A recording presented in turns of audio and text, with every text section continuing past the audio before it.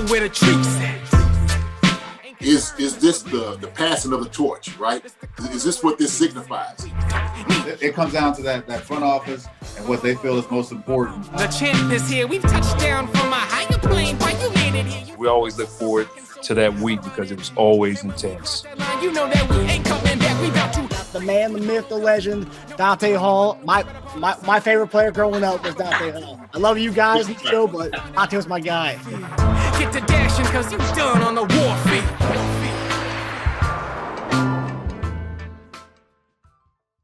This episode of Chief Concerns is brought to you by BetOnline.AG. BetOnline remains your number one source for all your college basketball betting this season. Get analysis of every play, prop, and point at BetOnline. You'll find the latest odds, bracket contests, team matchups, and game trends at BetOnline. Updated odds for everything from live games, the conference championships, right through the Final Four and championship game. BetOnline is your college basketball headquarters this season. Head to the website today or use your mobile device to sign up and receive your 50% welcome bonus on your first deposit. Be sure to use our promo code BELIEVE, that's BLEAV, to receive your bonus. BetOnline.AG, where the game starts. Hey guys, welcome back to another episode of Chief Concerns. I'm Marcus Dash here with legendary tight end Justyn Dunn. JD, how we doing, buddy? What's up? What's going on, brother? How you doing? How's everything going over here in Chief Concerns? This is we're rocking and rolling. It's getting up here, man. It's getting close to the time for the main event in Kansas City. Going to be down at Union Station, the draft. And it's getting, boy, I'm telling you, it is heating up. It is heating up about what Kansas City is going to do, what other teams are going to do, but mainly, we care about more so what Kansas City, what direction they're going. So, what's up with you, man? What's been going on? Nothing much with me. I don't know if you saw my flag football team 3-0 on the season, a 94 point or plus 94 in the point differential column. We're for number one seed right now. See you right there, Cobra Kai, baby. Yes, sir. Keep giving it to him. I see you giving them dabs and all that. Yeah, keep working. Just keep working, Marcus. Keep throwing them dimes, baby. That's all you need to do. Keep throwing them dimes. Yes, Sunday, our last game, I think we won 54-18. It was one of those games where we have a play band and stuff, but I was just doing pretty much all verts. Every play, I was just looking for the all verts and the defense. They just couldn't figure out defense. It was just fun just to be able to throw bombs all game. I hear you. Well, hey, look, that works. Like you said, you bringing in like the Chiefs was doing.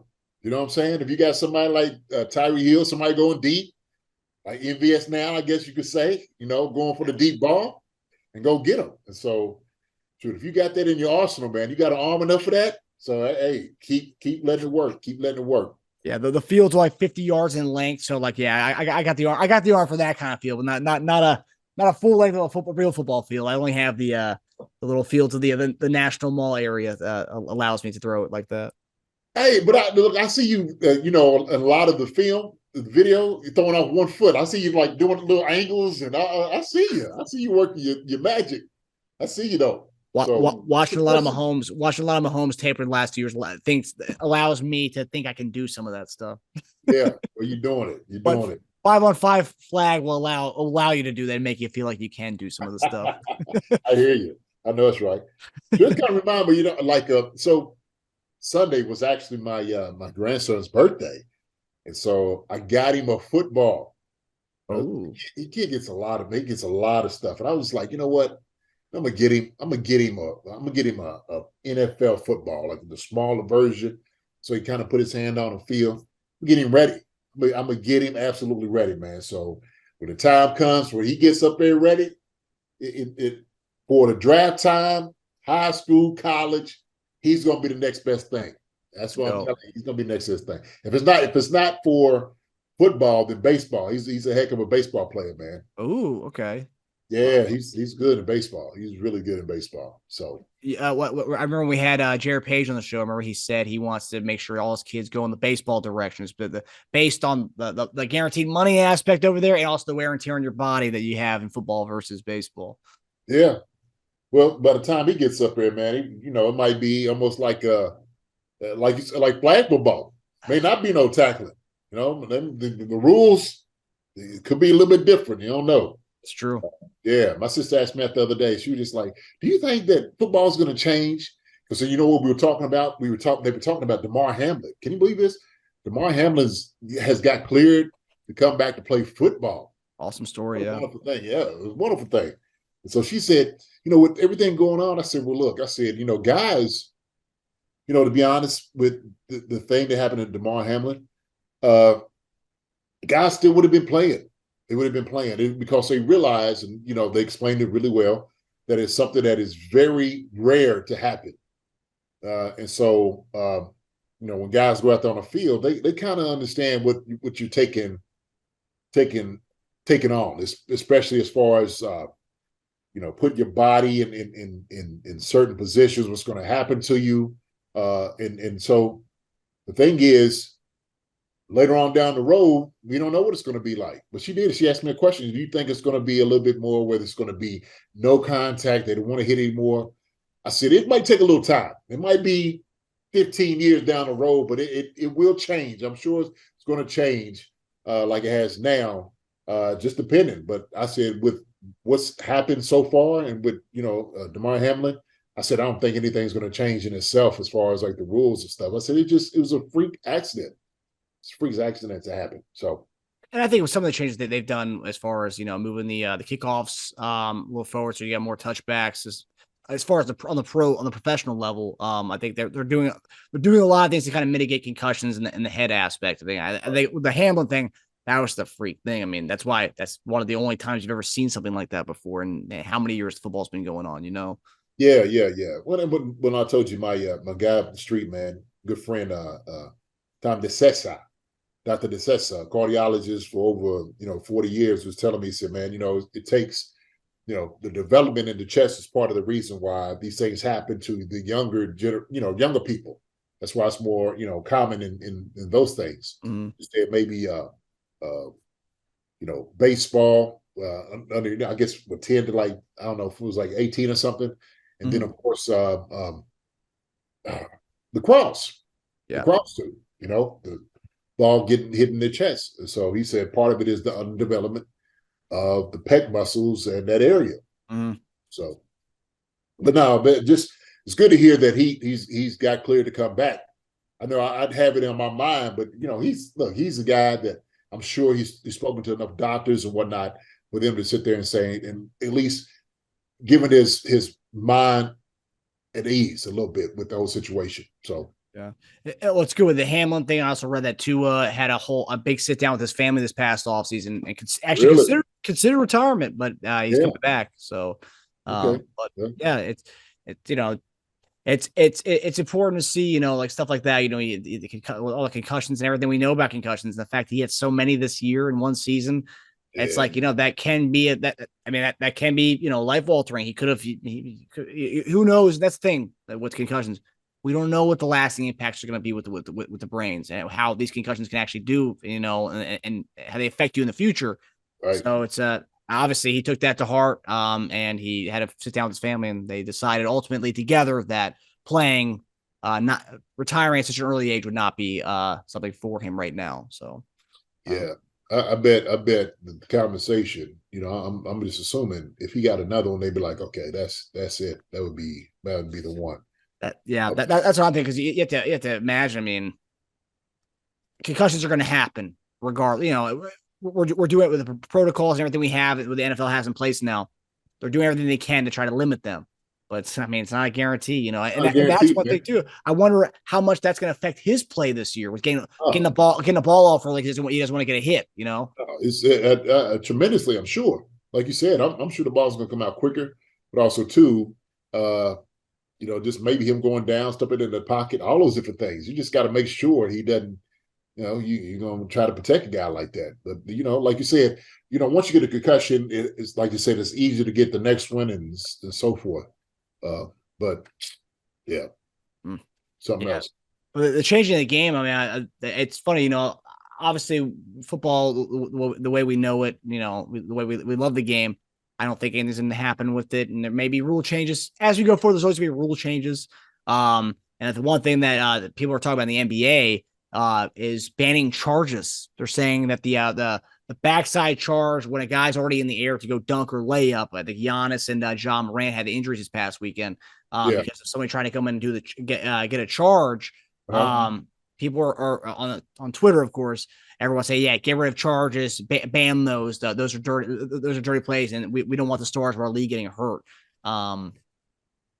Charge, big part of the game. So I don't know if they're going to do anything with that. I don't know if they get any more steam, but Oh man, you start having conversations, and then you start having stars getting hurt. That's what changes things, right? That's what changes things. And so, that would be something. That'd be something. But the thing with that is like, okay, if you get rid of charges, then what's stopping Giannis from bulldozing his way to the hoop, or John Morant bulldozing his way to the hoop for high fly dunks? I mean, how do you stop that without being able to put up a charge there? Well, so I guess maybe what they can call is just maybe offensive, not offensive pass interference, right? And it's just offensively when you come in like in a particular way, like you are coming in like a little bit more aggressive. Maybe I don't know, maybe where a guy's like, hey, wait a minute, like you tried to run through a guy. Yeah. Maybe they just call that, right? So that would just be a charge, but you're not really trying to take one. Yeah. You try to get up underneath the guy, that would just be, like a flagrant foul or whatever. Yeah. I guess you could just call it, but yeah, I don't know. That's a scary thing though. When you start to lose stars during playoffs, pivotal moments, that's where we need to change something here. This isn't good. This isn't good for views. Yeah, right. You ain't changing that, right? At the end of the day, that's what it comes down to. Yeah, it's crazy. What's going on, man, in the Chiefs kingdom? What's going on, man? There's a lot of different things here, little whispers there and there. What's happening? What's going on? We got a lot going on, JD. We have a lot to get into in this episode today. So okay. Before we get into that, JD and I had mentioned a couple weeks ago that we had partnered with Corey the Artist on Twitter. Corey the Artist, yes, that's great work, amazing artwork. Yes. And he's donated some pieces to us on the show here. He saw our giveaways, loved our content, so we were like, you know what? Just gonna give away some art. So he's given us two pieces of painting. One is a kind of a commemorative of the playoffs this past year, showing Mahomes and all the teams we defeated, and it's kind of collection, this collage artwork. But the other one, the first we're going to give away is a painting of Mahomes' famous no-look pass to McKinnon, where he kind of flung the ball to him in Denver this past year, where he went to the sideline and kind of threw it to him. It's a beautiful piece of art. I'm going to show a picture right here. And like our last giveaway, all you got to do is pretty easy to enter this. You got to follow Chief Concerns on Twitter, retweet the post that we'll have on Twitter tomorrow, and then follow us and at Corey04 on Twitter, and of course subscribe to our YouTube channel, and we'll announce the winner on our May 11th episode. So seems fairly easy, man. It seems easy. It's easy. Easy peasy. But yeah, so we are very excited to have you guys get in on this giveaway for Corey's beautiful painting of our guy, Patrick Mahomes. JD, what do you think about this painting? Dude, it's beautiful. The thing is, hey, look, the thing is, a lot of detail in it. I love it. Where, no look. The throw was kind of, from the side. I remember that play. All of us remember that play. It was just incredible in itself. I think, man, you could paint so much of just Patrick Mahomes doing so many different plays, right? So everything's going to look good. But Corey's, man, he's a very very talented artist, no doubt about it. So so glad that he's able to do this and getting this put up in your house somewhere in a nice room or your Chiefs area, whatever you may be. It will be an incredible honor. Oh yeah, no doubt. Yeah, definitely one of those pieces that you're gonna want to have up in like one of your common areas. Good conversational piece at a dinner. Yeah. Oh yeah. So. But yeah, so we are looking forward to giving away that on our May 11th episode. So everyone, get your retweets, get your follows, get your subscriptions in, and let's make this happen. All right, JD, here we go for our first topic of the night.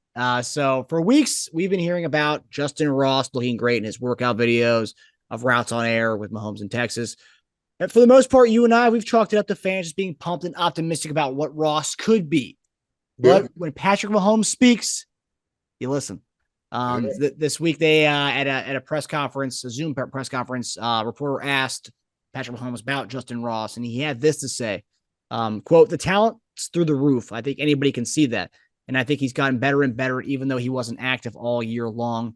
He was in the building, and he was able to see the guys and how we do things and listen and be in some of the meetings and stuff like that. And so I'm excited for him to get out there and be able to get the reps in, practice, and get the little fine details that we like to do in this offense. The talent's there, and he works his tail off. I'm like, man, you got to ease up a little bit. He wants to run the route 100 times, but you rather have to ease up a guy, make him kind of ease up on himself. But, he wants to work and be the best player he can possibly be. So, JD, are you pumping the brakes on this hype train, or are you getting aboard this hype train after Mahomes has given us a green light on Justyn Ross? Now, look, man, I was saying this before. I was saying, look, that the guy has a lot of ability. Everything Patrick said, I think we said last week or the week before, we was talking about the Justyn Ross thing. We ain't even seen him. We ain't even seen him out there really catching the balls like Patrick's catching them, right, or watching him. But he does. He has a ton of ability. We know that. We've seen him in college. The question is you going to be able to be out on the field? But look, what Patrick says is 100% you could take to the bank. You can take it to the bank. And so he's sitting over here, and you can see and hear the excitement in his voice. But he was able to say it. He was like, hey, man, look, this kid, he has it all. We know he has the talent. He's been around us, learning the offense. Like you said, once he gets all the nuances and details down of understanding exactly what this offense is and what we're asking him to do, he's going to be a great weapon for us. And so now I'm buying all the hype. And there's no reason not to. There's no reason not to. My question is, and everybody else's question, it's the question of him remaining healthy. And we hope he does. I hope he remains healthy his entire career with Kansas City. And I hope it's a long, long career here, because he is a guy that answers a lot of questions going into the season. And so Patrick said he's a guy that you got to pull back. I told you this, man. Look, he is so anxious and so hyped to go out there and show what he can do because he didn't get to play last year. That's a great thing. That's a guy you want to be able to pull a guy back, right? You don't want to get on and calling a guy like, hey, can he come out here and work out? You don't want to try to pull a guy in. You want to try to pull a guy back. That's the guy you want. And so that to me is the most one of the most promising things I've heard him say was that about him. Is like he wants to take every rep. He wants to do it all. But a guy, he's just hungry. And you need a guy that's hungry to come out here and show what he can do. Because he's going to bring a lot to the game. He is, with that athleticism, his work ethic, all those different things, man, he has about him that's going to put the Chiefs in a great position into being a very dangerous offense again. Another year being another dangerous offense and then another dangerous weapon just for Patrick Mahomes in himself. And so PM15 is saying this, man, yeah, I'm buying it. I'm all in on this one. So, hey, man, welcome, Justyn Ross. I hope you're healthy throughout this entire year. I can't wait to see you, buddy. Can't wait to see you out there on that field. For real. So you are getting on this hype train. I mean, if you are. Listen up. Look. And the thing is, my hype is, we put it like it's measured hype, right? Like my expectations for him is, hey, getting out there on the field, not being hurt, catching a few balls a game, making it through the season. That's what my hype is, okay? That's what my hype. My hype is just him being able to make some plays out there on the football field. I'm not going to sit there and say the guy's going to catch 70 balls or 60. And, I'm not going to say that. My hype is him just being healthy, him being a target for Patrick Mahomes, him getting open, and him showing his athletic ability. That's what my hype is, okay? So let's just make sure that we have it in context of where my hype is, right? Because if a guy hadn't had a chance to do any of those things, I'm just hyped he's getting out there on the field just to be able to show it. That's where I'm at. So I'm on that train. Yeah, man. I'm on that train that he's healthy. He's ready to go. He's learning these things.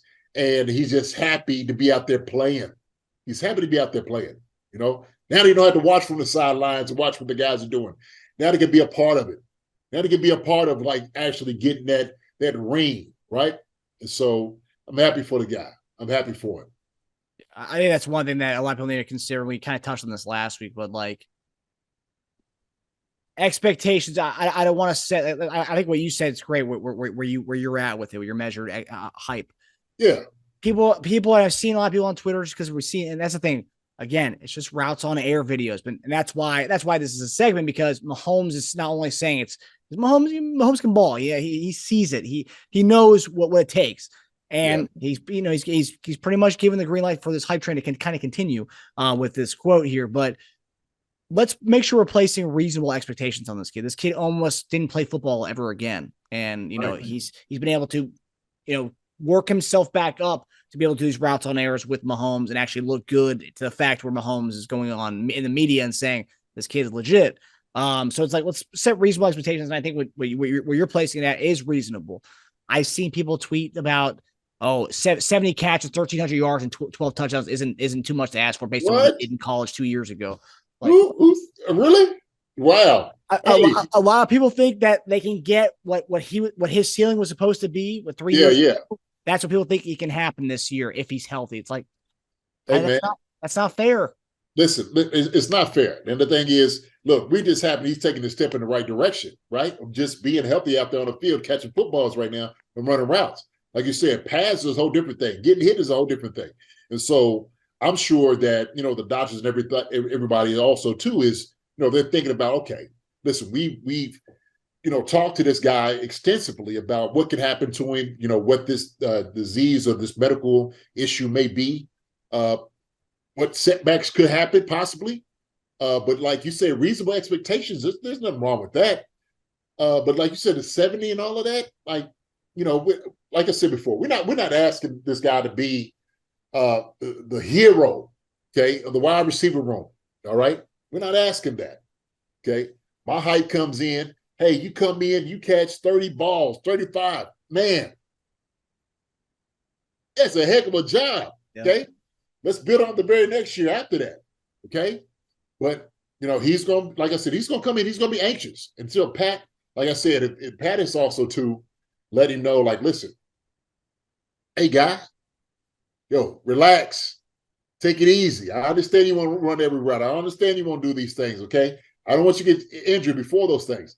But I just need for you to understand to play what we ask you to do. Just play within the whole confines of what we're trying to do offensively, okay? I don't need for you to come out here, catch 75 balls or 70 balls and get 12 touchdowns. I don't. We got other guys in the room that have ability as well. Okay, we got MVS, we got Sky Moore, we got Kadarius Toney, we got James, right? We got your other Ross duo, just re-signed Justin Watson back. We got guys here. So, hey, if you come out here and you add on to that, more power to you. That's what I want you to do. And so, no, but I get it. I get the anticipation that Ross has, Justyn Ross has. And like I said, I've been there before, where you're down 1 year, couldn't get to play, and you just can't wait to go out there and show what you can do. And so, yeah, man, I'm all aboard on that. Okay, I'm all aboard on that, and I know that fire that's fueling him right now. Hey, go get it, young fella. Go get it. Go get it.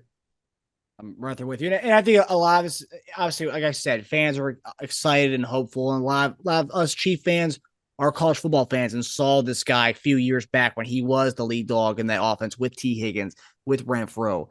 So, like, I get people are like, oh, man, we got this guy undrafted. And we were big fans of, highlighting our draft hits, Pacheco, 7th round. Justyn Ross, he was undrafted. Look at that, and look at him now. I get it. Everyone wants to see him flourish, and we want to see him flourish too. But let's make sure we're, like you said, let's make sure we're keeping reasonable expectations on this undrafted receiver who is coming back from a really, horrific thing that he had with the spinal injury that he had. Right, right, yeah, absolutely, man. We'll take it, okay. Like we should, all right? We ease into this thing.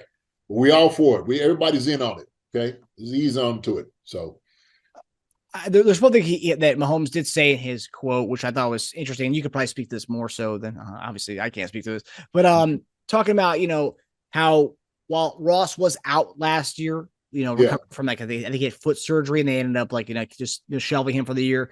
But he was being able to be in the building. What can a player be able to learn from being in the building? Not playing, but just being in the building, being around the guys, being in some of the meetings and stuff. How much can that really help a guy? He was a rookie last year, but was able to kind of experience a whole year of that. What can be learned and brought in from that? Well, I mean, first off, you learn expectations. You learn the schedule. You learn how coaches are. You learn what drives coaches as far as what they like, what they don't like. Okay, when he's in the meeting rooms, he could watch the coach go through and coach these other guys up, receiver wise, as far as like depths of the route, what they're actually looking for, and so he's learning all of that. If he's getting all that information, man, that's what you want a guy to do. And if you're not playing, you want mental reps. Mental reps is one of those things. Like if you can't get out there and physically do the work, mentally you got to be there. Okay, so you come to work every single day to learn. Okay, you're just not a number, or you're just not. You are to do a job. So hopefully he's also being told, and he's being taught, he's being coached how to be a pro. Look, this is the way we do things. Okay. So when I'm coming over here and this guy right here is getting cussed out or getting on, berated because of something he didn't do, right? You learn it too. You're the guy that's being berated and cussed out. Okay. So I see why I shouldn't do that. I see what the coaches want from me. So those things, man, those things are vital. It's very important for a guy like that to be in the building to see how all the coaches operate, how the team operates, the whole pulse of everything. And so just being around the guys too, that's tremendous. That way you're part of a team. You're part of the number. And you just, like I said, you're just not like a sack of potatoes out here, just an afterthought. Guys are seeing you, hey, Justyn, what's going on? Every single day talking to you, saying what's up. People know your name. People in the building know your name. That's important because you got to feel like you belong. If you don't feel like you belong somewhere, that's a tough place to be, especially for a young guy, a rookie coming into the NFL. It could be a lonely place, man, when you don't really have any friends and nobody knows what you're going through. And so sometimes your best friends you get so used to seeing is a training room, the head trainer and the doctors and all of that. It's to see other faces, man, is most important to you more than anything else. But those guys are talking to you. The other rookies are talking to you. The veterans are talking to you. All those things, man, it just makes a person and a player more well-rounded. And that's very important for him to come in a room like that or just around the building that everybody's seeing his face. Seeing Big Red. Big Red's talking to him, right? So all those things are important. Beach, Hunt, all of them. That's important, man, because it's a family. I'm going to tell you this, man. The Chiefs, it's a family atmosphere. They treat everybody like their family, and it's very important that he's in one of the greatest organizations, no doubt, in the NFL, period. Yeah, now I'll take your word for it, JD, since you were there for 8 years. Good word. It's a good word, man. I know what I'm talking about, so it's a good word. Yeah, absolutely. For sure. Yeah, he's coming to one of the greatest positions he possibly could be, especially in the Chiefs organization, because they will make you feel like family. It will feel like home for a guy like this, young guy. Well, plus, I mean, I think last year, I think we all knew we were getting ourselves into it. It was a project, right? So, and he chose to come to Kansas City too. Like he could have gone anywhere else. He chose to come to Kansas City.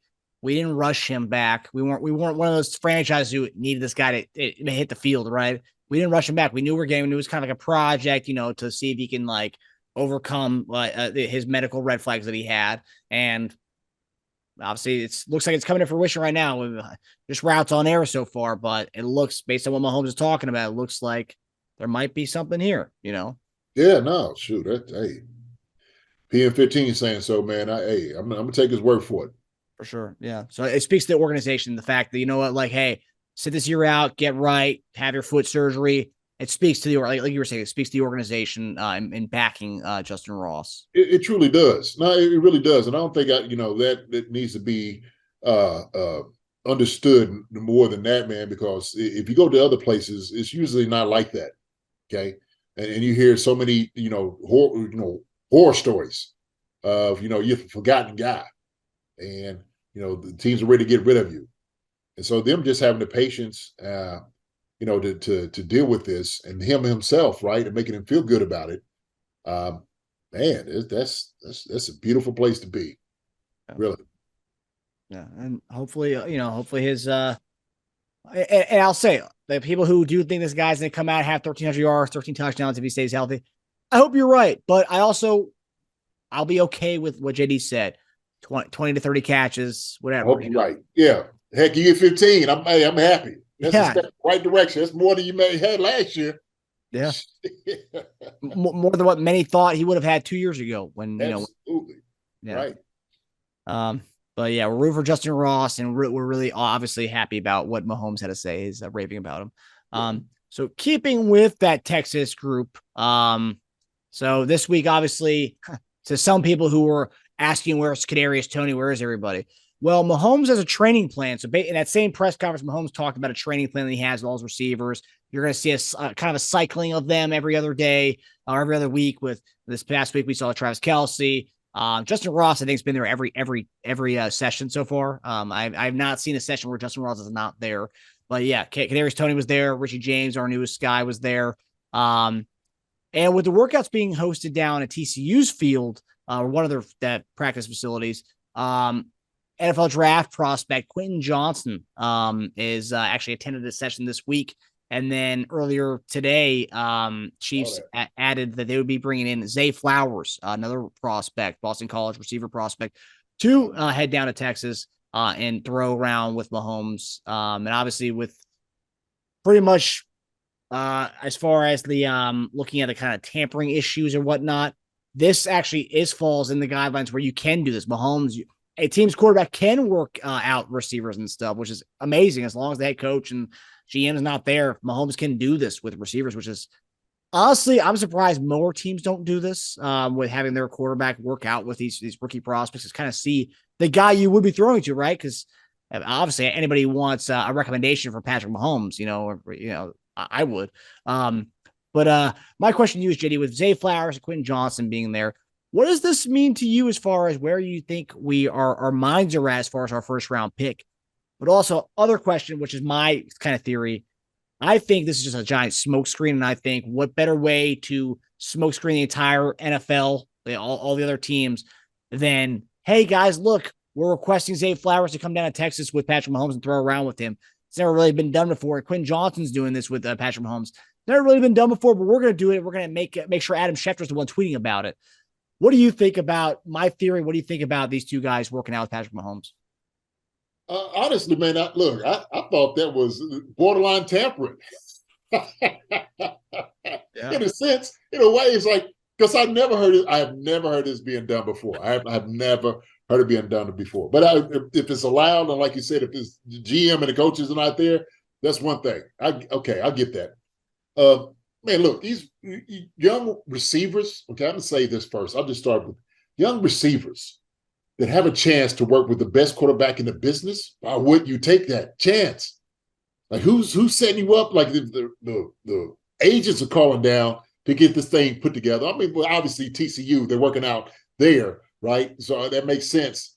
But also Zay Flowers coming down from Boston College. I mean, that's something totally different. These guys flying from across the country come there to work out with Patrick Mahomes. So that's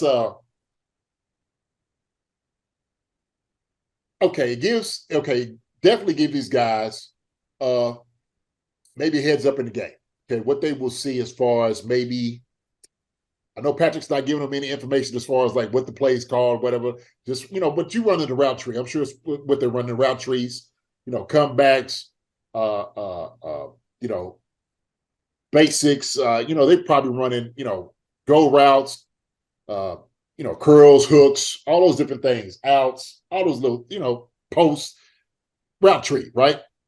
But it gives these guys, man, kind of like a good glimpse into what the NFL is going to be like. Now, obviously, if they don't get, drafted by the Chiefs and they go somewhere else and find somebody with a noodle arm, they're going to be like, oh, Patrick Mahomes doesn't throw like this, right? He's going to see the difference between my quarterback and Patrick Mahomes. So I'm sure they're probably seeing that right now. But for just young guys coming in and working out with Patrick Mahomes, man, that is, oh my gosh, that's a beauty. Why would a guy want to do that? Now, going into what you were talking about, okay? Your conspiracy theory or whatever, like your theory of these things, not conspiracy, I'm going to say this. Will it drive their stock up? I don't know, possibly. Maybe the agent's thinking, hey, if he goes down and works with Patrick Mahomes, maybe their stock will rise with the Chiefs. Obviously, maybe that's what they're doing. Is this a smokescreen for other teams to take wide receivers in the first round? I don't know. I don't know. Because a lot had to happen there, right? A lot has to happen for a team to take this guy that hopefully the Chiefs are hoping somebody else falls their way. And so that's a lot of, grabs and pulls and pushes and, trying to dictate things, right? Picks in your order. I don't know if that's going to happen. But I mean, it's a good theory to kind of work on. Conspiracy theory, like, we see like he's doing this and we're over here, right? I love that meme. Great movie. But the thing is, I only see this thing working out with the Chiefs. If the Chiefs are thinking getting a guy in the first round, possibly second, where do we see Quentin or Zay going? Okay. And we were sitting over saying, like, if the wide receiver this year, I think he was talking about from 1 to 10 is about the same, what's it looking like? What is, because they always talking about the Quentin, how receiver, what is he going to do the Chiefs offense, right? I done said it's a small man offense. I done said that, okay? He's a bigger guy. Is he that guy that they need to go stretch the defense? Okay, that's what they're looking for. Zay, same thing. Okay, how's it working in the offense? So I can only see that driving up their stock, man. What do you think so far? What I'm saying, I just, it's a little crazy. I guess my theory on it was, so Zay Flowers, I've seen him mocked anywhere from like pick 10 to like 23. I don't even see him going that far in the draft, like even close to 31. So I think he'll definitely be drafted before he even gets to 31. Yeah. Quinn Johnston's been one of the guys I've seen him mocked anywhere from like 15 to like second round. So he's the one where I was like, ooh, that's interesting, where he can kind of go anywhere. And I've also seen mock drafts where some draft experts say they wouldn't be surprised if you see no receivers get drafted in the first round. So it's like, that's interesting. Well, who said that? I've seen a few mock. I think Kuiper had talked about it. He doesn't think it's going to happen, but he said he wouldn't be surprised if some of the skill positions like receiver and tight end, you may see one go in the first round up between the two positions. So it's like that's where it's like, interesting. So if Mahomes is working out with them and teams who may, let's say the Patriots have, whatever pick they have, and they're big fans of Zay Flowers or Quinn Johnston, for example. Yeah. They draft their guy with their pick, and then they see 25, 26, it's getting closer to 31. Like, I really want Quentin Johnston, and I don't want Kansas City to go get him. Maybe they trade back in. Maybe teams who draft early didn't think these guys would be lasting that long. Maybe they trade back in to go get them, knowing, hey, like, not only did these guys have a pre-draft visit, they also had a visit with Mahomes in Texas. Like, that's, Well, I'll tell you what, man, I just see it as a move. I think a strategic move, basically, from the agent standpoint.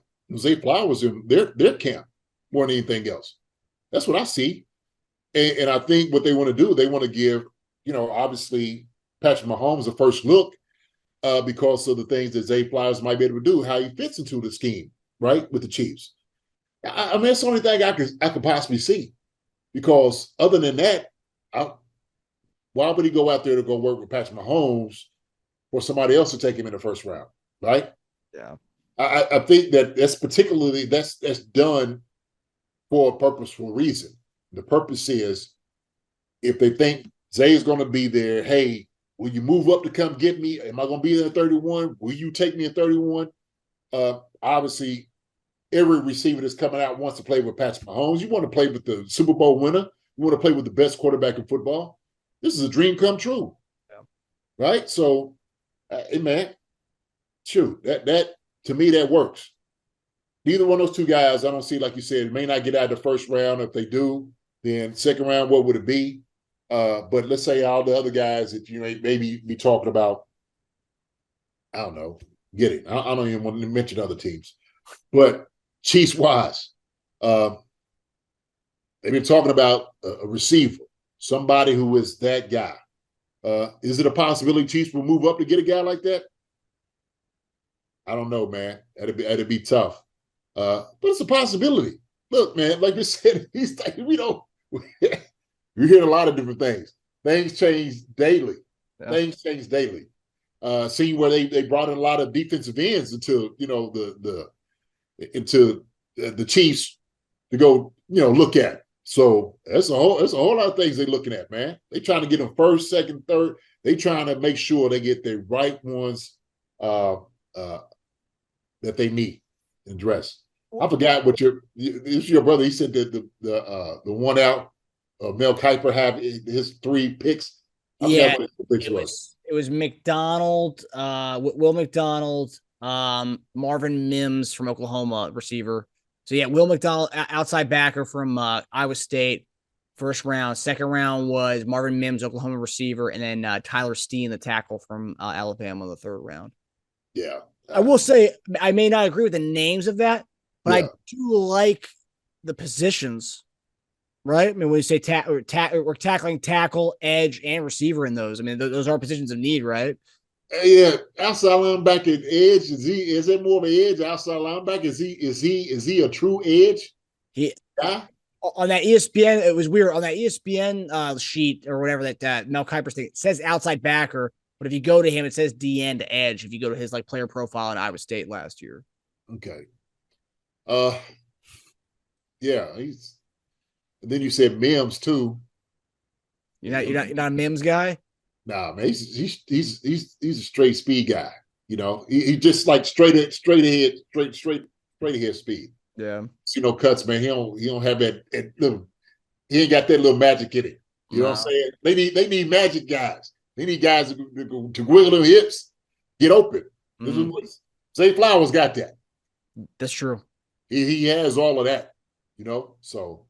And then you said, who was the other one? And that's Tyler Steen, the tackle from Alabama. Oh, yeah, Alabama. So, look, they want to address things they need. Yeah. One thing you definitely need is you got to make sure you protect Patrick Mahomes. Okay. Yep. You got to make sure you have a great defense that's going to help Patrick Mahomes on the other side. Yep. And if you find somebody that Patrick Mahomes can throw to for the next 4 years, find that guy. You got one guy last year. Okay. We get another guy this year. That's fine. Might be able to find 2 guys. Yeah. Justyn Ross, bring it back to him. If he's able to help out, then you got that's sewn some things up. Yeah. But let's not forget, Tony was a sophomore last year, essentially, sophomore season, and this is going into his 3rd year this year. So yeah, that's right. That's right. So, you have guys. No, but I think it's a good move on Zay Flowers and his camp. I think that's where it's at. I think it's where they're trying to make a move. Hopefully, the Chiefs will reach out and grab a guy like this. Yeah. Right. That's the only thing I can see. To me, that's the only benefit I absolutely see is the Chiefs making that pick and them guys working out with Patrick Mahomes because they want the Chiefs to get them guys. Yeah, I think I read it. He thought he was done with his pre-draft visits, and then all of a sudden this popped up on the radar. Like, yeah, let's go. We're going down to Texas.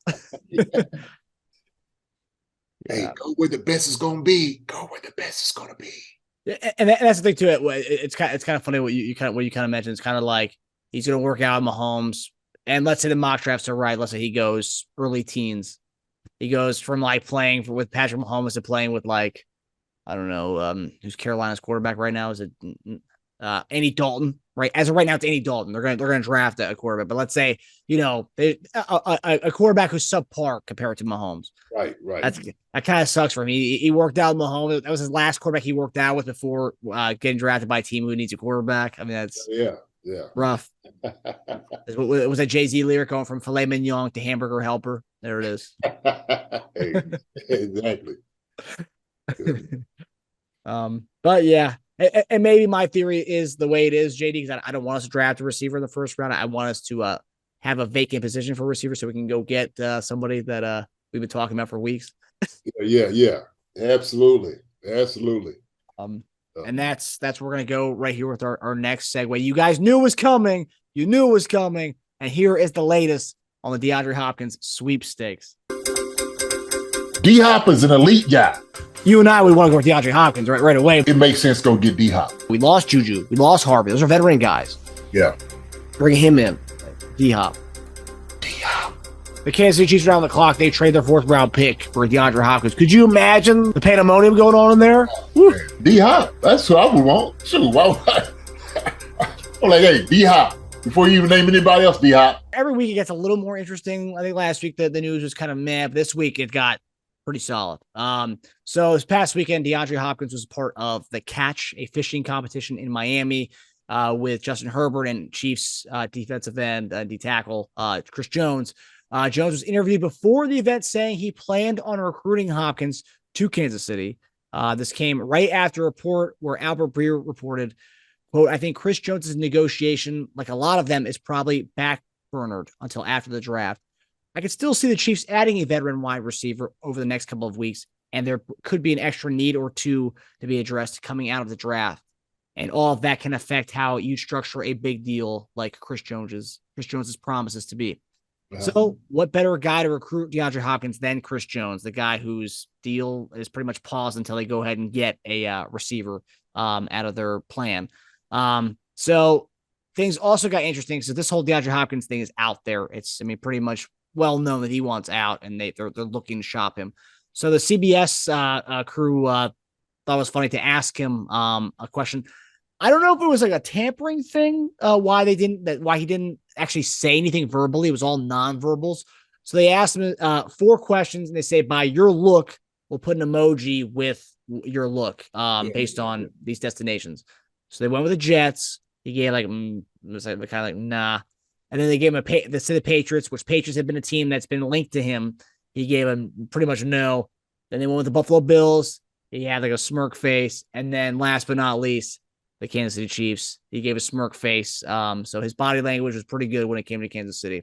So JD, with all that being said, the whole Chris Jones talk, and then DeAndre Hopkins finally showing to the world that he would love to come to Kansas City, because there's a lot of people online who say, oh, he doesn't want to go to Kansas City. We know now he does.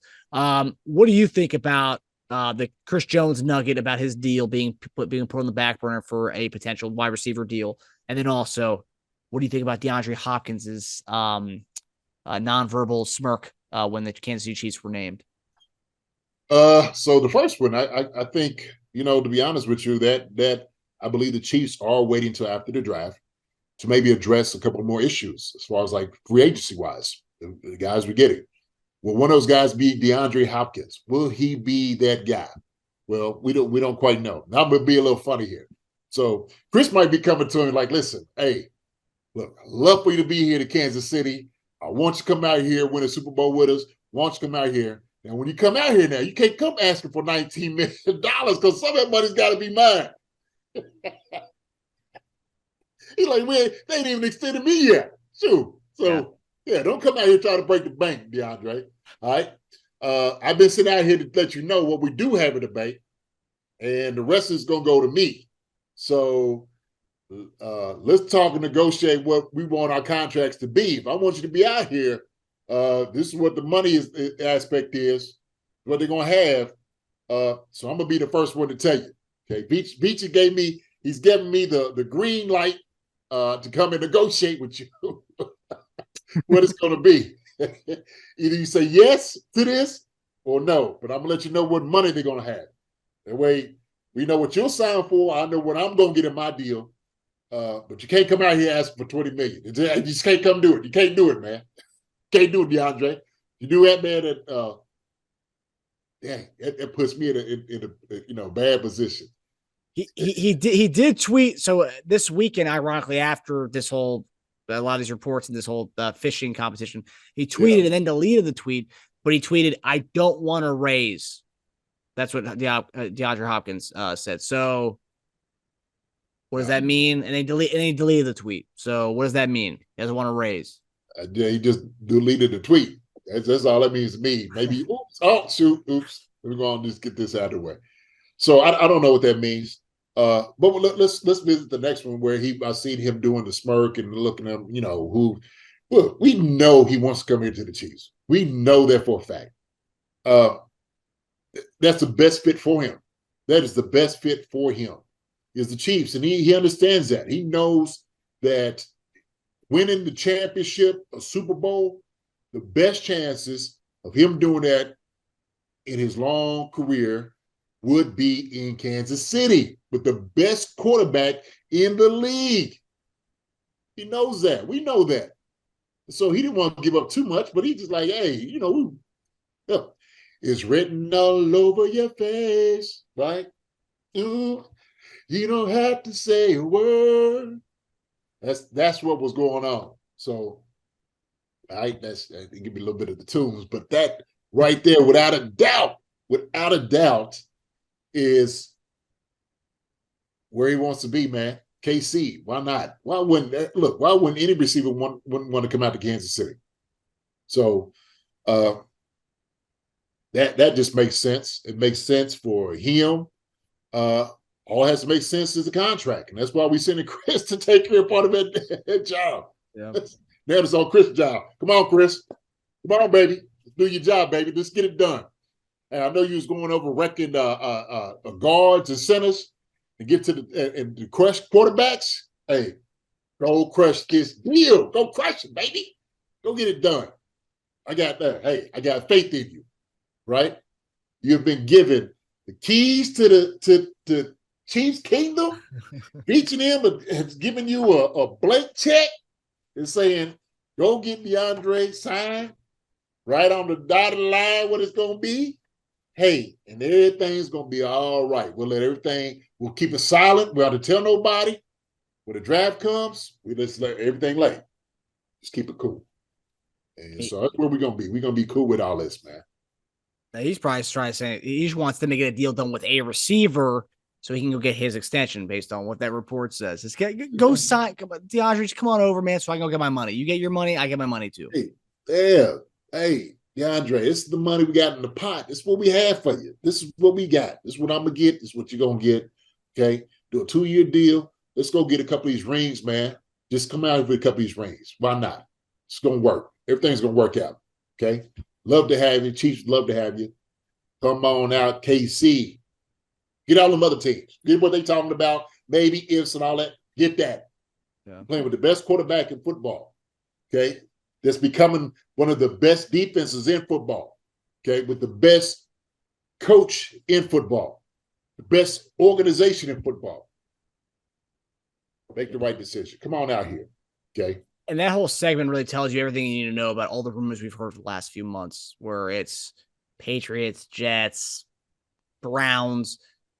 The only two teams he gave a smirk to were the Bills and the Chiefs. Bills were the 1 seed in the playoffs last year. Or no. Yeah, they ended up being the 1 seed, correct? Who? What's that? Bills were the 1 seed, correct? Or were they the 2 seed? What last year? Yeah. In the playoffs. No, Chiefs were. I thought we only got home field because Bills lost to Cincinnati. We ended up getting right, but we don't know what would have happened, with that game. But with the game itself, you know what I'm saying? I mean, so pretty much, I mean, he narrowed his options down to the top 2 seeds in the AFC. So he wants to go to a winning team. It sounds like that's that's a priority, but the winning aspect is a big part of this whole thing, of this whole equation. Oh yeah, absolutely. It's either Josh Allen and Buffalo Bills or Patrick Mahomes and the Kansas City Chiefs. So it's like, okay, all right, Veach, you got that. You got that in your favor now. He wants to win, obviously. let's see. We can work out a deal here. Hopefully Jones. But you got egos up there, man. You got Diggs on the other side. Diggs ain't gonna like that a lot. He ain't gonna like that at all. I know. You know, that's true. When he went in to take with Thielen, he didn't like that. So I don't know. But I know where he would be happy. Yeah. So a team that doesn't have a bona fide number one on their team already. As far as number one receiver, at least. Right. Yeah. I mean, this stuff, as far as Chris Jones recruiting him and this whole deal thing, what kind of conversation? I know you made a joke about like what he's talking to him about as far as the money aspect, but like, is that something that he can like? Obviously he can't broker the deal there, but like, how much can a guy really say in that situation as far as hammering that out? I don't know, man. I'm being facetious. I don't know. Hey, that conversation may go just like that. I have no. Hey, look. But other than that, man, all he can say, listen, man, it's a great organization. We're on top. We've been the best teams in the NFL in the NFL the past really 5 years, basically. You know, everybody's gunning for us. We're the top team. Yeah. We are. So why not? Why wouldn't you want to come out here? You're the one that puts us over the top. We don't have to worry about the offense anymore on doing things. We'll make sure that we're getting you. We can go after our defense and make it the number one defense that we need to. Go get our another defensive tackle, another couple of edge rushers, and all that. We can get all the things we need. We got a young secondary. We can get all the things we need on defense side of the ball. Yeah. That's it. So that's with the conversation. Like, man, look, shoot, hey, I get it. Money is king. People want money. You got money. You're gonna get more money. You can get incentive-laden money on your deals if you want to, and do it that way. Shoot, let's just make this thing happen. You know.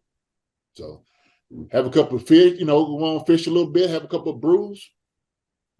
Just mull over the thing a little bit. See what you think. Look, I know you want to come out to KC. So, look, I got Beach on the phone. All you just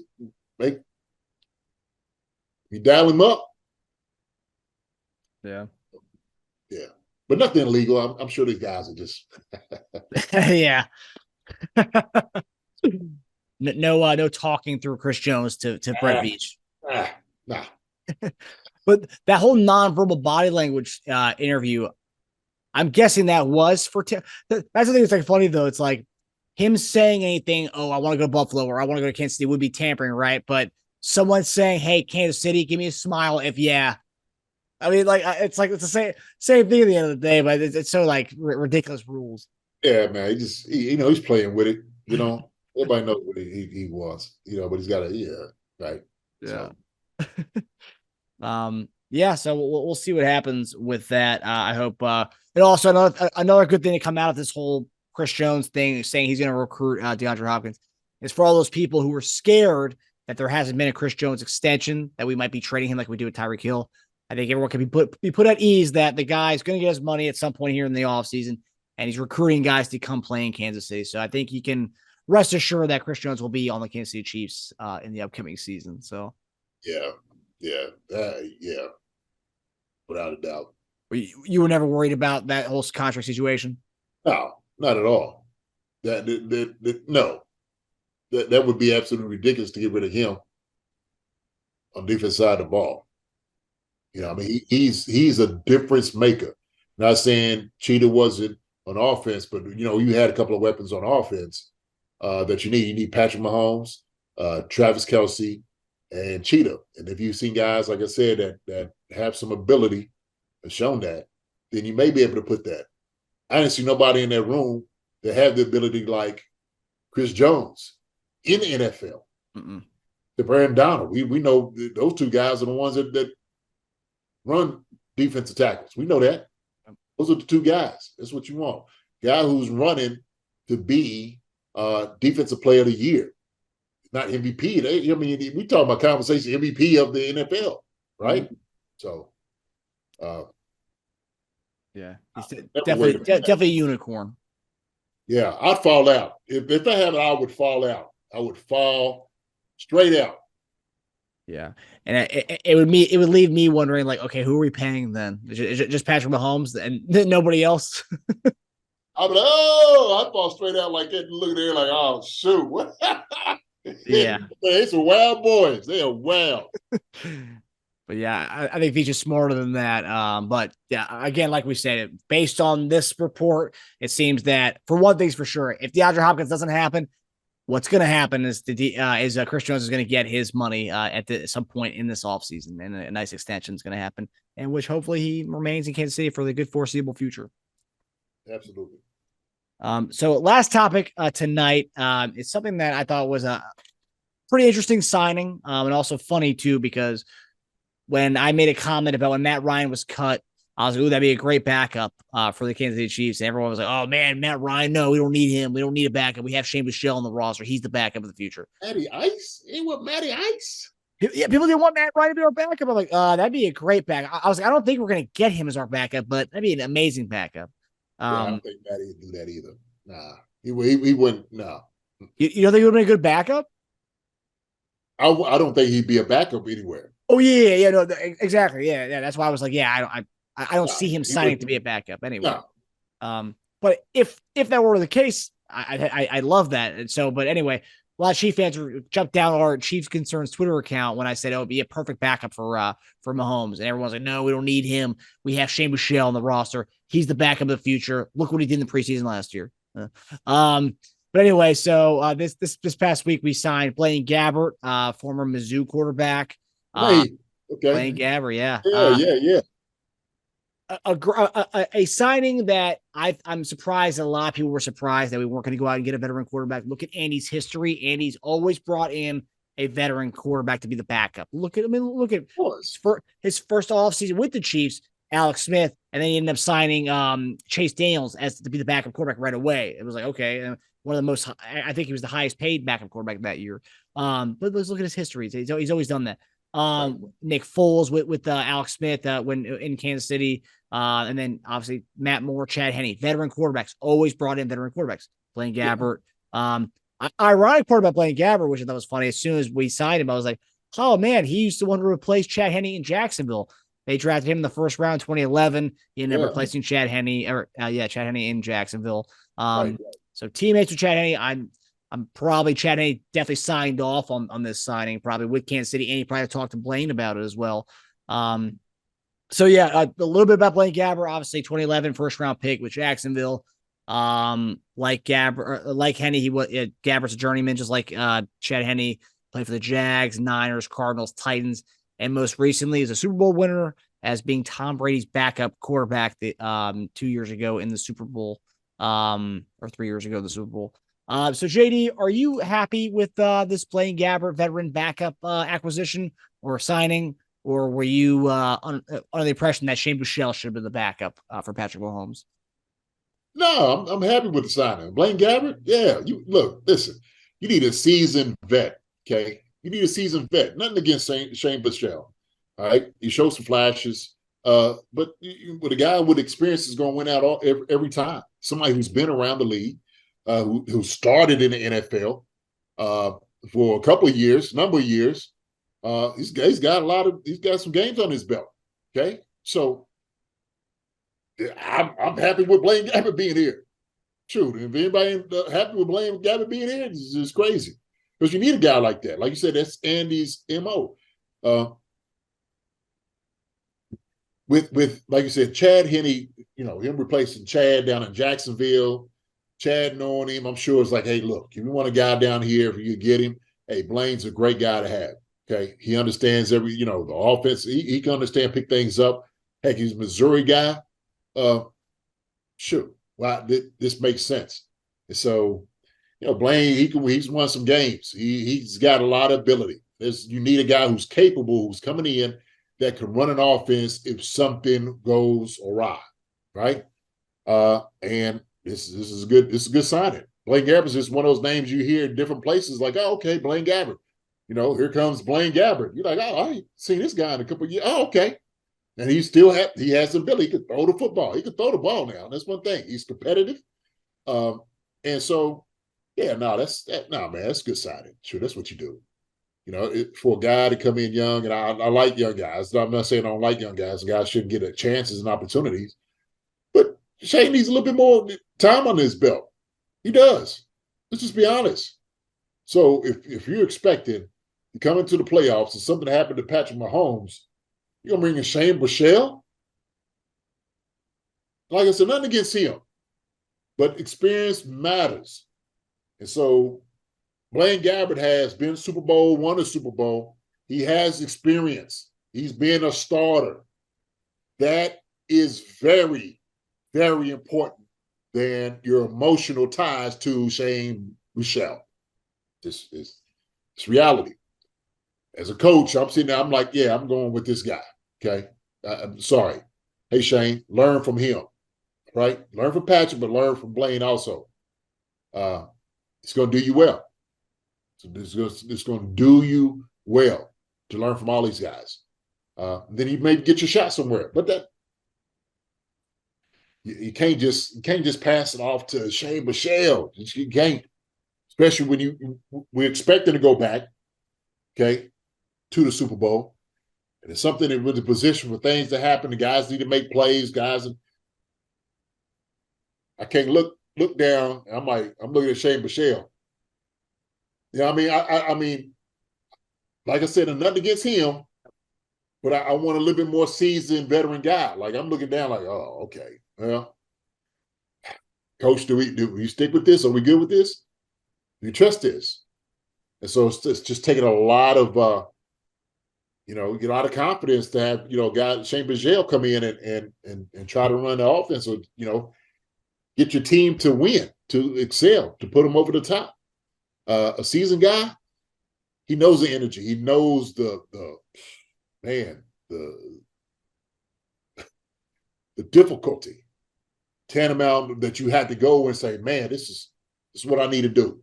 Okay, you need somebody who's going to be like this. Okay, now exactly. You need a guy to come in steady, like, all right, man, listen, hey, listen, it's what we need to do. Okay, let's go here, take care of business. And that's what you need. You need a seasoned veteran guy.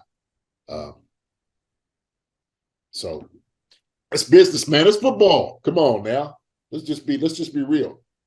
I mean, and Buechele, I mean, like, yeah, you mentioned the being a young guy, not being able to. That's the thing. It's like Chad Henne only he played in two games in his career, right? Actually, matter of fact, the one game where one of the games Mahomes got hurt when his kneecap went out, Henne he was hurt. Matt Moore ended up playing in that game, starting that game. But then you look at the last two times where Henne got in was that Browns playoff game and the Jacksonville playoff game. Chad Henne came in for those games, and he's a veteran quarterback. And that's the thing. I was a veteran guy who's played starter games before. Buechele's really never started he's never started in the NFL before. So it's like, wait, you did go from never starting in the NFL to just all of a sudden like playing in a potential playoff game where Mahomes has to set out a drive or two. Come on. Yeah, he's only has what's the name on his belt. Preseason game. Yeah, it's not the same. Mm-mm. Not even remotely the same. It's not even close. Yeah. It's who we had the keys to. Yeah. Like you said, it is that. I mean, it'd be nervous as hell for the one drive to come in there. Imagine that 99-yard drive that Henne had in that Jacksonville game. Buechele, come on. It's funny because I always say this joke, but it's like when you look at guys, when somebody gets hurt, and you look to put somebody in, and that person they looking for somebody else too. He trying to look at him. He looking down the sideline too. He like, who you looking for? You looking for, coach? But I say this, I'm just being funny right now because it's like sometimes in those positions, guys, that's what it's ended up happening. What's that? The dude off of Unnecessary Roughness. Jason Bateman's character. Yeah, well, no, the quarterback comes in. What's his name? You're like, damn, Sam, blow the whistle, blow the whistle. Good. I'm just being funny, man. No, but I like Michelle. I do. I think he'll get his shot. He'll get his chance. Okay, he'll get his chance. But he's listen, and everybody deserves chances. But right now, if we're going deep in the playoffs, I need a veteran guy. Okay, I'm just being honest, being truthful. It's a great coaching decision, great organization decision, and I don't think anybody should be upset with that. Okay, it's a practical thing to do. And with the quarterback situation we have, like you're probably never gonna see Buechele play. So it's like it's gonna be tough for him to get actual real NFL starting experience with the quarterback situation we have. So that's why it's like, I mean, look. If Blaine Gabbert comes here and Shane Buechele beats him out, then so be it. There you go. Right. So be it. Right. And he deserves that. He deserves that shot. Okay. And he overtakes it. He becomes the second quarterback. Cool. I ain't got no problem with that. I'm just like, okay, it's true. They've seen you in camp. All right. And you clearly better than Blaine Gabbert. Shoot, absolutely get the shot. No doubt about it. Okay. I would never take it away from the man. Right, for sure. Quarterback, if he beats a guy out, fully. Right. But if I'm just going in and I'm saying, like, immediately when I'm coming in, I'm looking at check, we got to get a veteran guy here. Okay. Yeah. So. Yeah, and that's the thing. It's like, whereas Henne was already had the keys to the kingdom as far as being the backup, this one, obviously, Gabbert's a new guy coming in. He'll probably be chalked up as a backup right away, but there's going to be obviously a competition for that backup spot.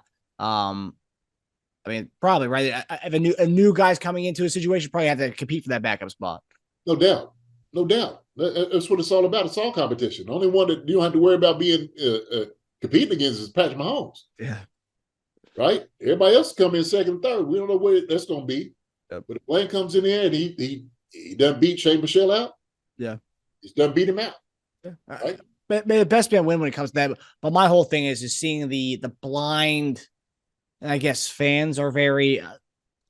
I love the passionate fans that we have in the Chiefs Kingdom in the fan base, but like there's this blind devotion to Shane Buechele. It's like we don't really know what he's gonna do. I mean, like playing against the third stringers against the Bears in the playoffs or in the preseason. That's what we're gonna base this on. Come on, guys, let's be real here. And I see people dogging Blaine Gabbert, like, oh man, he sucked as a starter. He was awful. Like yada yada yada, throwing the stats at me. I'm like, whoa. I want to see what you guys thought about Chad Henne's stats, because Chad Henne was not a good starter in the league.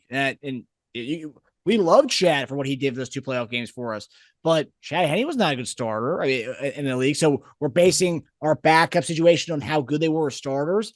No, it's not what we're basing it on. Because, like, if you look at, I'm sure a lot of the Chief fans who are upset about Blaine Gabbert being signed, I'm sure they were upset when we signed Chad Henne too, But fast forward to multiple years later, he did well in the playoffs with us. Great, we like Chad Henne, but like it's just. Well, I will say this: I'm gonna base it off of what his record is in the NFL, how he's played. You definitely got to do that, right? I mean, it's what we say. I mean, you have to. Yeah. You have to evaluate that. So if I think this guy has won in Jacksonville, he's won some games in the NFL, I have to put that in the equation. I don't want to be a loser here. I don't want to just bring anybody with experience who's been in the NFL as a guy. You know what I'm saying? There's a lot of guys that's out here, but everybody's not a good backup. Okay. So I had to start thinking about, like, okay, I'm looking at, Blaine Gabbert. All right. What has he done? I'm going to have to evaluate that field. Okay. If he's a good fit. Chad Henne just saying so. Chad can say, yeah, he's a good fit. I like him. He's took me and backed me up. But did he win in Jackson? Did he win? We need to know how good of a player he is. And so the same thing, when Tampa had to evaluate him, backing up Brady, they had to make sure and say, look, if Brady's winning it and he's going to be a top guy, we got to look at Blaine Gabbert and see what he's done in the NFL as well, right? Mm-hmm. Yeah. So all that comes into the equation. I don't want to. Yeah, we got to do that. Okay, you know what I'm saying? But what I will say is this, and you could say Henne may have followed whatever Reed was telling him to do. Maybe just following Reed's guidance, and maybe that changed him a little bit with Henne. Because look at Henne's pre-Chiefs career, because Arrowhead Live, our friends at Arrowhead Live tweeted this earlier. So prior to the Chiefs, prior to joining the Chiefs, both Chad Henne and Blaine Gabbert had appeared in 67 games exactly. This is crazy. Here's how each fared in their pre-Chiefs career.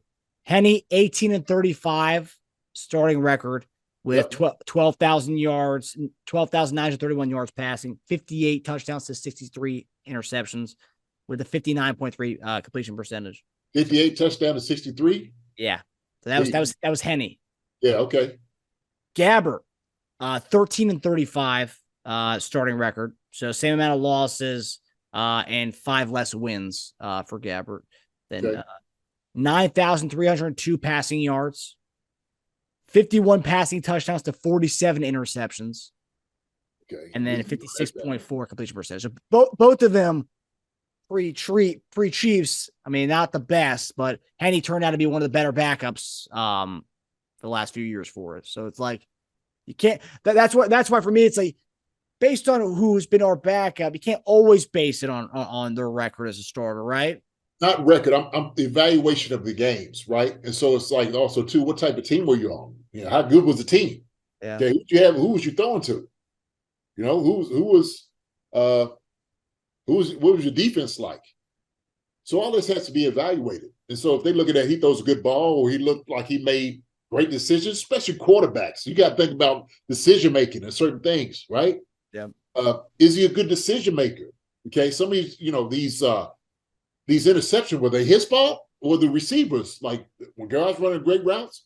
So you want to make sure the guy that you're getting backing up is a capable guy. Yeah. Okay. You just want to make sure that happens. Look, Shane Michelle did an amazing job in college. Okay. He did a good job. And like I said, if he beats him out in camp, then he beats him out in camp. The thing is, a veteran guy who's going to be seasoned, he's going to be much better in the decision making. Shoot, I'm sure they evaluate. They asked Tom Brady, like, what do you think? How was he in meetings? Look, they're asking everybody. Believe me, everybody that's ran over Shane Michelle's career and had any type of dealings with this guy, they're asking. They're asking, how's he in meetings? You know, is he measured? Is he a steady guy, or is he shaky? If he's shaky, we can't have him here. Yeah. So yeah, he might have 13-35 record. All right, what did that 13-35 look at? Right? So it can't just be out based off wins and losses, but it's going to, I'm taking all those wins and losses. How did you win? How did you lose? Yeah. Were they close losses? Okay. Were you blown out? You know what I mean? Because the same thing, like if you didn't have a great defense, you scoring, 28 whatever points and you giving up 30-something, you lose it. Yeah. So a lot of it goes, like I said, decision making, all those different things. But I'm evaluating absolutely. 13-35, you said? Yes. Blaine Gabbert? Yep. Yeah, that was a bad time in Jacksonville. Jacksonville was going through some phase for a time. Well, I think, also too, because I believe he was on the Niners when Chip Kelly was their head coach too. Because I think he was the one who took over for Kaepernick, if I'm not mistaken. I think so too. It might have been, it might have been. Those were tough times for a lot. And then he went to play for the Cardinals. I don't know how much burn he got there, but I mean, he hasn't been with the best teams over his course of his career too. He's been it's not helping him out. He's been in no man's land for quite some time. The last two teams, he jumped on winners. Yeah. So, that'll help you out a whole lot. So being under Tom Brady, learning from that guy, being in the room with him and Bruce Arians and those dudes, and what's the name of it? Used to be the coordinator for Tampa Bay. Used to be, what's the name? Ryan Leftwich. Yeah. I mean, look, it's always good. It's going to bode well for him. Yeah.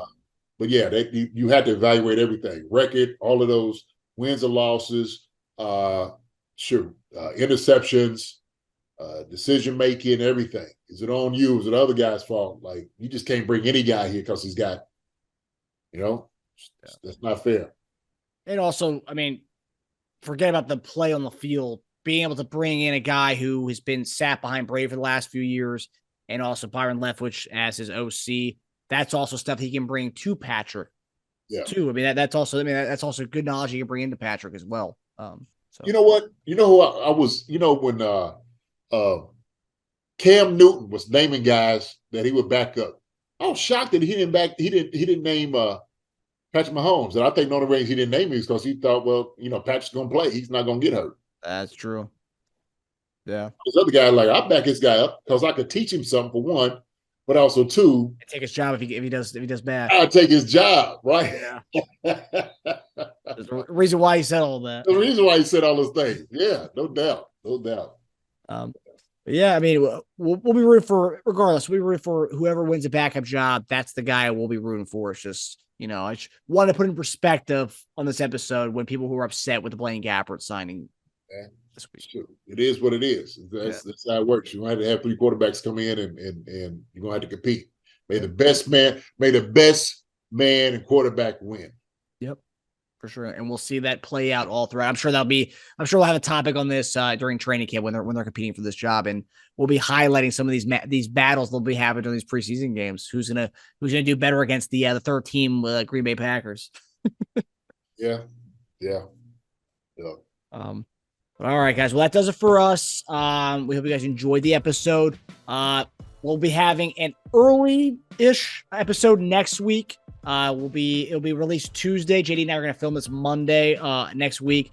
Well, this is the Jason Dunn Chief Concerns Mock Draft 2.0, the second one we've done on this on our time with this podcast. So get ready to be enthralled with JD's picks as far as edge rushers, D linemen, receivers. We don't know what he's going to do. I have no idea how he's going to go with this mock draft, but I can't wait to hear who JD has on the Chiefs getting in his mock draft. JD, are you going to have any trade ups in this mock draft? Or are we going to go based on I just go straight, man. I just go straight. I don't, all the trades and stuff, man. I just do straight. That's it. Yeah. Evaluating the talent, what I think, what the Chiefs need. Names I'm kind of hearing, what I'm looking at, which I think would make a great fit in the organization and our scheme, what we do offensively, defensively. That's the direction. Yeah. And we can't wait for the mock draft for the Chief Concerns mock draft. And then also JD is going to be heading out to Kansas City for the draft. So all our fans and followers, be sure to hit up JD and see where maybe you can meet up with him at some point during the weekend. So yeah, I'm catching up with some folks out there for sure. So we try to put some things together. So it'd be good. Be a good time. But we hope you guys enjoy the episode. We hope you guys enjoy the mock draft that we'll be posting next on Tuesday next week. So you guys have a good weekend. Good one. Hi, everybody. Thanks for watching. Subscribe here to get the latest from the show. Also, be sure to check out the best clips from Chief Concerns. And if you prefer to listen to the show, subscribe and follow us on Apple Podcasts, Spotify, and anywhere else you get your podcasts.